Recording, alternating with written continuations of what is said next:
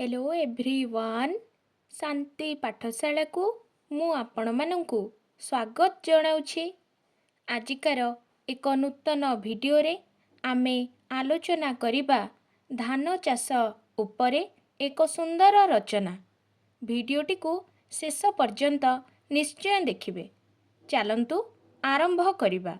उपक्रम आम देश गोटिए कृषि प्रधान देश। धान केवल ओडिशा काहींकी भारतर श्रेष्ठ फसल।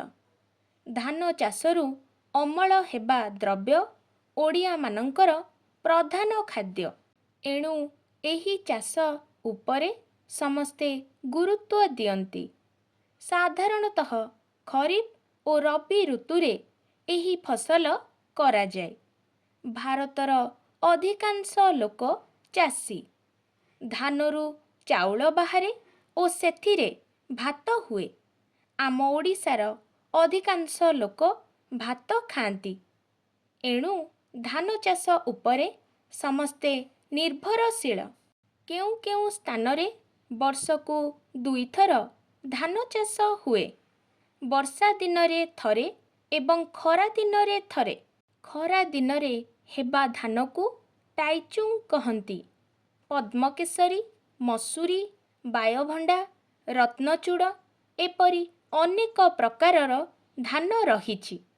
विभिन्न प्रकार धान। साधारणतः तीन प्रकारर धान चाष हुए, यथा शारद, टाइचुंग ओ डालुआ। अधिकांश जमिरे विशेषतः शारद धान चाष हुए। शारद धान आषाढ़ और श्रावण मासरे एही धान रुआ जाए। केतेक जगारे चाषी माने बिहन बुणंती। शारद धान पाई बहुत जल आवश्यक।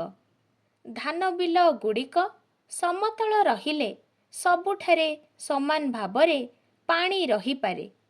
प्रति कियारी रे पानी मड़ाइबा एवं धान कियारीरु पानी बाहर करिबा पाई सुविधा रखिबा आवश्यक। शारद धानर चारा गुड़िक 9 इंच छड़ारे रुआजिबा उचित।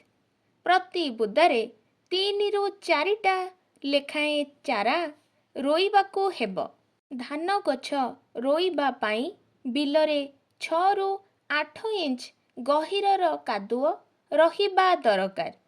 धान बुणिबा किंबा रोइबा पूर्वरु गोबर खत बा कंपोस्ट खत बिलरे पकाइबा आवश्यक। मार्गशीर और पौष मासरे शारद धान कटा जाए।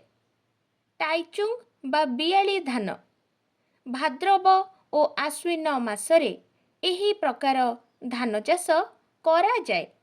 टाइचुंग धानर बिहन को प्रथमे तली पका जाए। तापरे चारा गुड़िक रुआ जाए।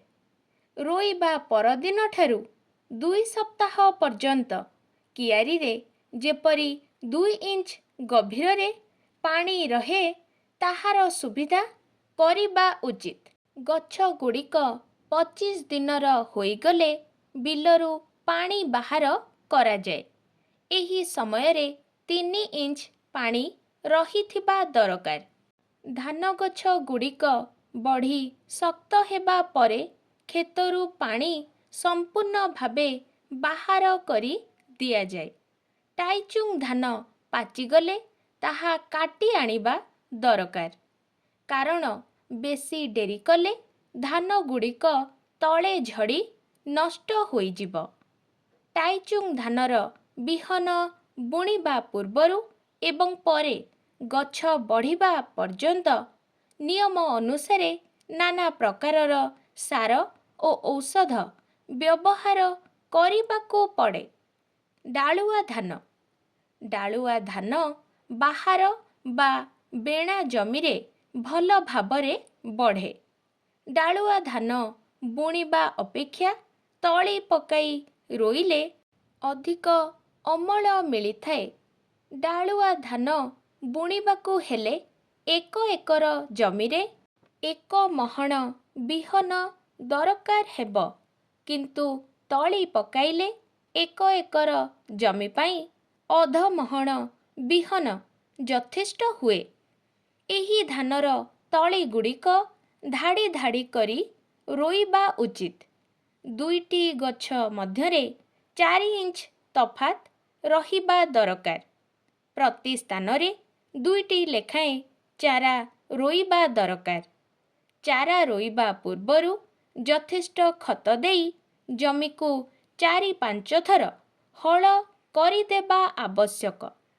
ତଳି ରୋଇବା ପରେ ପ୍ରତି ଏକର ଜମିରେ 75 କିଲୋ ସୁପର ଫସଫେଟ୍ ଏବଂ 4-5 ଗାଡ଼ି କମ୍ପୋଷ୍ଟ ଖତ ଦେବା ଦରକାର। ଡାଳୁଆ ଧାନ ମାର୍ଗଶିର ଓ ପୌଷ ମାସରେ ଚାଷ କରାଯାଏ। ଧାନ ଚାଷ ପାଇଁ କେତେକ ଅସୁବିଧା।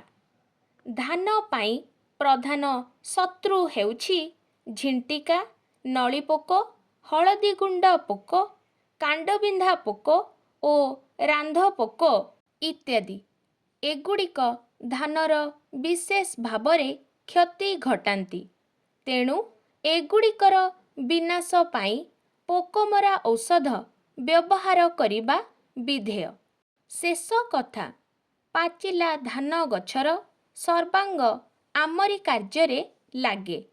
କଟା ଯାଇଥିବା କେଣ୍ଡାରୁ ଧାନ ଅମଳ ହୁଏ। ଅବଶିଷ୍ଟାଂଶକୁ ପାଳ କହନ୍ତି। ଏହା ଗୋଖାଦ୍ୟ ରୂପେ ବ୍ୟବହୃତ ହୁଏ। କ୍ଷେତରେ ଥିବା ମୂଳ ଅଂଶ ଗୁଡ଼ିକୁ ନଡ଼ା କହନ୍ତି। ଏଗୁଡ଼ିକ ଆଣି ବିଡ଼ା କରି ରଖାଯାଏ। ବର୍ଷା ଦିନ ଆରମ୍ଭରେ ଚାଷୀମାନେ ନିଜ ନିଜ ଘରଗୁଡ଼ିକୁ ଏଥିରେ ଛପର କରନ୍ତି। ଆଜିକାର ଭିଡ଼ିଓଟି ଆପଣଙ୍କୁ କିପରି ଲାଗିଛି କମେଣ୍ଟ ମାଧ୍ୟମରେ ନିଶ୍ଚୟ ଜଣାଇବେ ଏବଂ ଲାଇକ୍, ସେୟାର, ସବସ୍କ୍ରାଇବ୍ କରିବାକୁ ଜମାରୁ ଭୁଲିବେନି। ଧନ୍ୟବାଦ।